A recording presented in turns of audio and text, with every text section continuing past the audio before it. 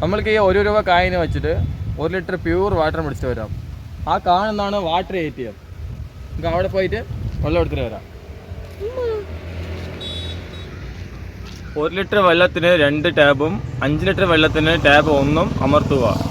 Beep ശബ്ദം കേട്ടതിന് ശേഷം നാണയം നിക്ഷേപിക്കുക.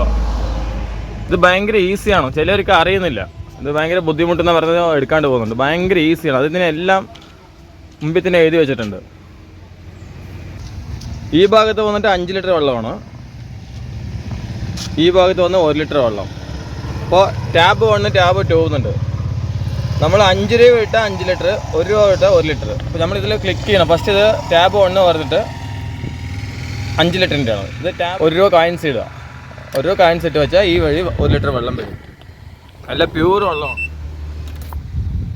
1 രൂപ കോയിൻസ് ഉള്ളി ഇപ്പോൾ ഇതാ വെള്ളം നല്ല ഫോഴ്സിലാണ് വരുന്നത്.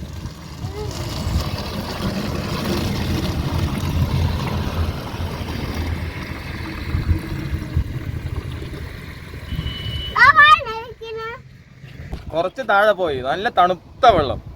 1 രൂപയ്ക്ക് 1 ലിറ്റർ വെള്ളം. നമ്മൾ കടയിൽ പോയി വാങ്ങുകയാണെങ്കിൽ എന്തായാലും 15-20 റുപ്യ ഉണ്ടാവും 1 ലിറ്റർ വെള്ളത്തിന്. പെരുമാട്ടി പഞ്ചായത്തിൻ്റെ അടുത്താണ് ഈ വാട്ടർ ATM ഉള്ളത്. കണ്ടില്ലേ?